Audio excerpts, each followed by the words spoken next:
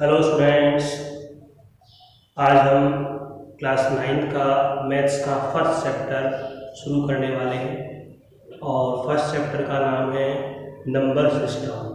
तो number system first chapter में शुरू करने वाले हैं।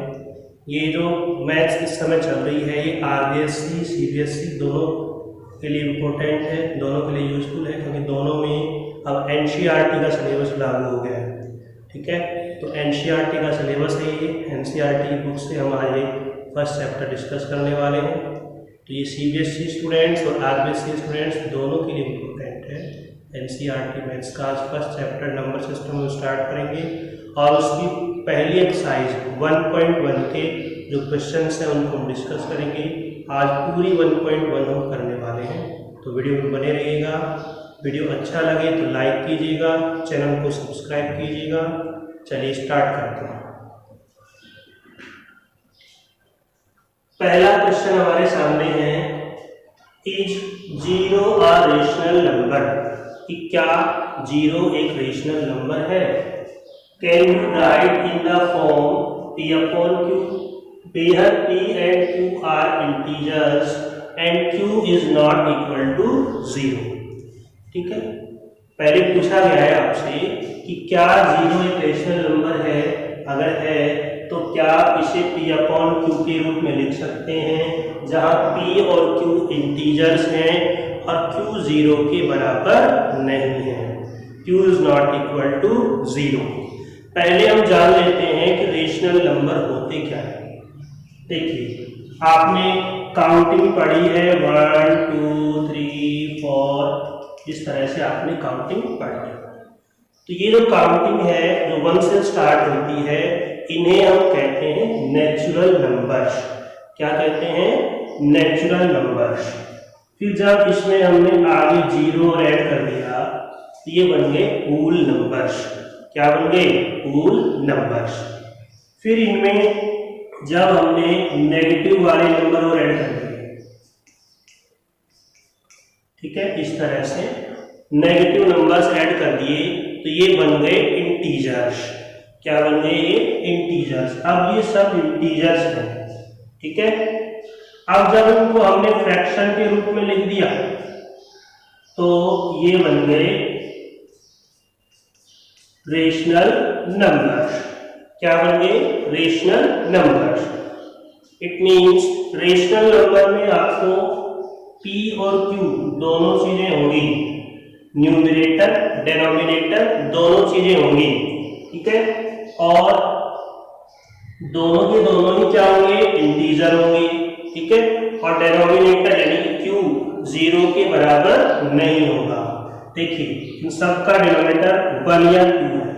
ठीक है, 1 या 2 के अलावा और कुछ भी हो सकता है, नेगेटिव नंबर भी हो सकता है, लेकिन 0 नहीं होगा।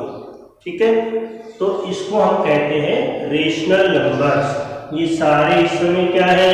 ये सब इस समय रेशनल नंबर्स है। आप देखिए, आपसे पूछा गया था कि क्या 0 एक रेशनल नंबर है? बिल्कुल है, 0 रेशनल नंबर। आप देख रहे हैं 0 रेशनल नंबर है। तो हम फर्स्ट क्वेश्चन का आंसर लिखते हैं। फर्स्ट क्वेश्चन का आंसर हम स्टार्ट करते हैं। Yes 0 is a rational number. कि हाँ 0 रेशनल नंबर है। क्या है? 0 रेशनल नंबर। ठीक है, फिर आगे कहा गया था कि क्या हम इसे p अपॉन q के रूप में लिख सकते हैं? बिल्कुल लिख सकते हैं। ठीक है, तो 0 अपॉन 1 हमने इसको लिख दिया p अपॉन q के रूप में।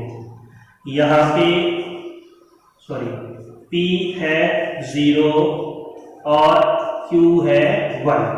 p upon q 0 upon 1, p 0 है और q 1 है। q is not equal to 0, q 0 के बराबर नहीं है। देख रहे हैं आप, q 0 के बराबर नहीं है। तो ये हमारे फर्स्ट क्वेश्चन का आंसर है। Second question, find 6 rational numbers between 3 and 4। दो दिए हुए रेशनल नंबर्स के बीच में रेशनल नंबर निकालने के बहुत सारे मेथड हैं। उसमें से जो सबसे इजी मेथड है उसको मैं डिस्कस करने वाला हूँ। हमें निकालने हैं 3 और 4 के बीच में 6 रेशनल नंबर। चलिए स्टार्ट करते हैं। 3 और 4 के बीच में निकालने हैं तो 3 और 4 को आप ऐड कर लें, कितना हो गया 7 हो गया। ठीक है, अब जो हमारे नए नंबर बनेंगे उन दोनों नए नंबर का डिनोमिनेटर 7 होगा। क्या होगा 7। अब एक बार 7 को 3 से मल्टीप्लाई कर दें और एक बार 7 को 4 से मल्टीप्लाई कर दें। ये हो गया 21/7 एंड 28/7। आपको परेशान होने की, घबराने की आवश्यकता बिल्कुल नहीं है, क्योंकि ये 3 है और ये 4 है। भाई 7 3 21, 7 28, 3 और 4 ही तो है दोनों। ठीक है, तो बिल्कुल भी घबराने की, परेशान होने की आवश्यकता नहीं है। अब देखिए इनके बीच में कौन कौन से नंबर हैं। 22/7 है, 23/7 है, 24/7 है, 25/7 है, 26/7 है, 27/7। ये सारे नंबर्स इनके बीच में हैं। ठीक है, 6 नंबर चाहिए थे, 6 ही हैं। ठीक है, तो ये आपके क्वेश्चन नंबर 2 का आंसर है। समझ में आया होगा आपको। चलिए अब हम करते हैं क्वेश्चन नंबर 3।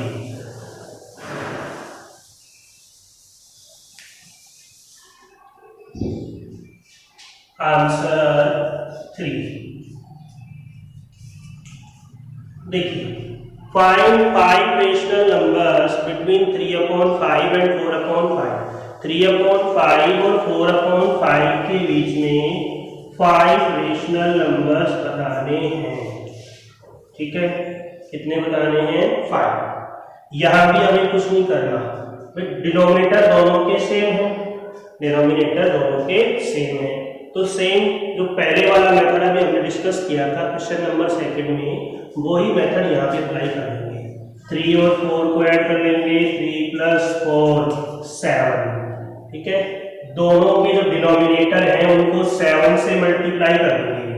तो 7 5 जा 35, 7 5 जा 35। डिनोमिनेटर दोनों के क्या हो गए 35 हो गए। ठीक, अब देखिए अब हमें करना क्या है। अब न्यूमरेटर को भी 7 से मल्टीप्लाई करना है। दोनों न्यूमरेटर को भी 7 से मल्टीप्लाई करना है। न्यूमरेटर डिनोमिनेटर दोनों को 7 से मल्टीप्लाई करना है। तो 21/35, 28/35। घबराने की आवश्यकता बिल्कुल नहीं है, दोनों नंबर वही है। ये 21/35, 3/5, 28/35, ये भी क्या है 3/5। ठीक है, अब इन दोनों के बीच देख लीजिए कौन कौन से नंबर हैं।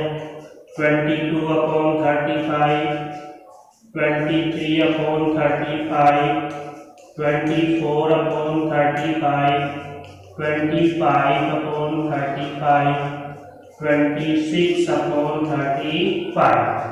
ठीक है, 27/35 भी है, लेकिन हमें 5 ही लिखने हैं, 5 हमारे हो गए, ज्यादा की हमें आवश्यकता नहीं है। अब हम क्वेश्चन नंबर 4 देखते हैं। देखिए, state whether the following statements are true और false, give reason for your answer. बताना है कि जो नीचे जो स्टेटमेंट दिए हुए हैं ये ट्रू है या फॉल्स हैं, और अपने आंसर का रीजन भी देना है कि हमारा आंसर ट्रू क्यों है या फॉल्स क्यों है। चलिए फर्स्ट स्टेटमेंट देखते हैं। Every natural number is a whole number, कि प्रत्येक नेचुरल नंबर होल नंबर है। देखिए नेचुरल नंबर वही मैंने बताया था 1 से स्टार्ट होते हैं, होल नंबर 0 से स्टार्ट होते हैं। ठीक, तो every natural number is a whole number, सारे नेचुरल नंबर होल नंबर है या नहीं है? हैं। भी ये सारे इसमें तो आ रहे हैं। ठीक है, तो नेचुरल नंबर होल नंबर है, यानी कि फर्स्ट स्टेटमेंट हमारा क्या है, ट्रू है। फर्स्ट स्टेटमेंट हमारा ट्रू है। क्यों है ट्रू, लिखते हैं as whole number is a set of natural numbers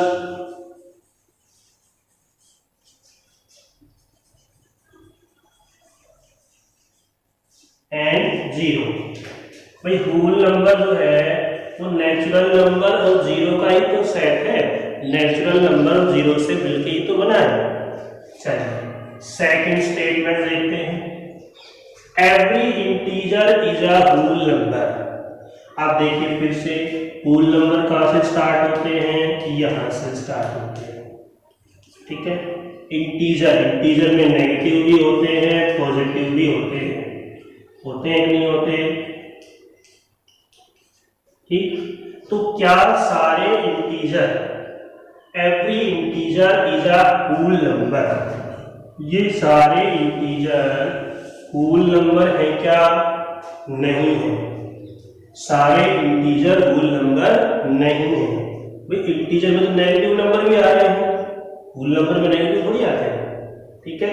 तो ये स्टेटमेंट हमारा क्या है, फॉल्स है। क्यों है फॉल्स, क्योंकि इंटीजर में तो नेगेटिव इंटीजर भी आते हैं, नेगेटिव नंबर भी आते हैं।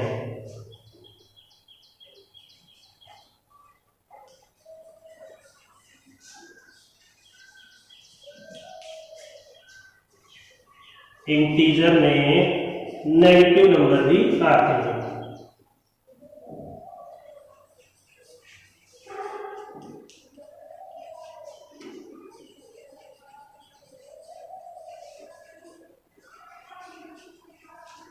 ठीक है, इंटीजर में नेगेटिव नंबर भी आते हैं। अब देखिए third, every rational number is a whole number, कि प्रत्येक रेशनल नंबर एक होल नंबर है।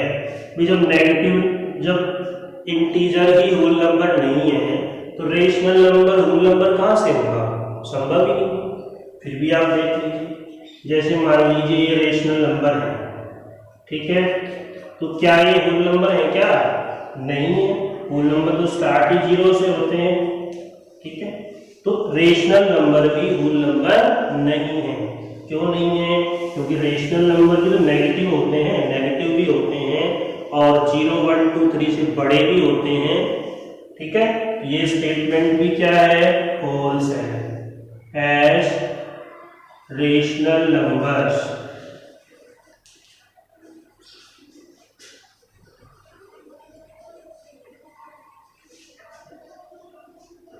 contain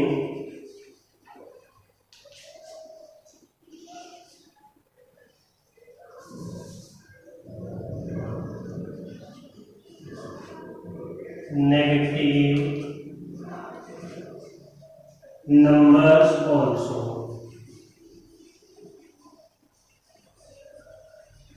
ठीक है। रेशनल नंबर में नेगेटिव नंबर्स भी होते हैं।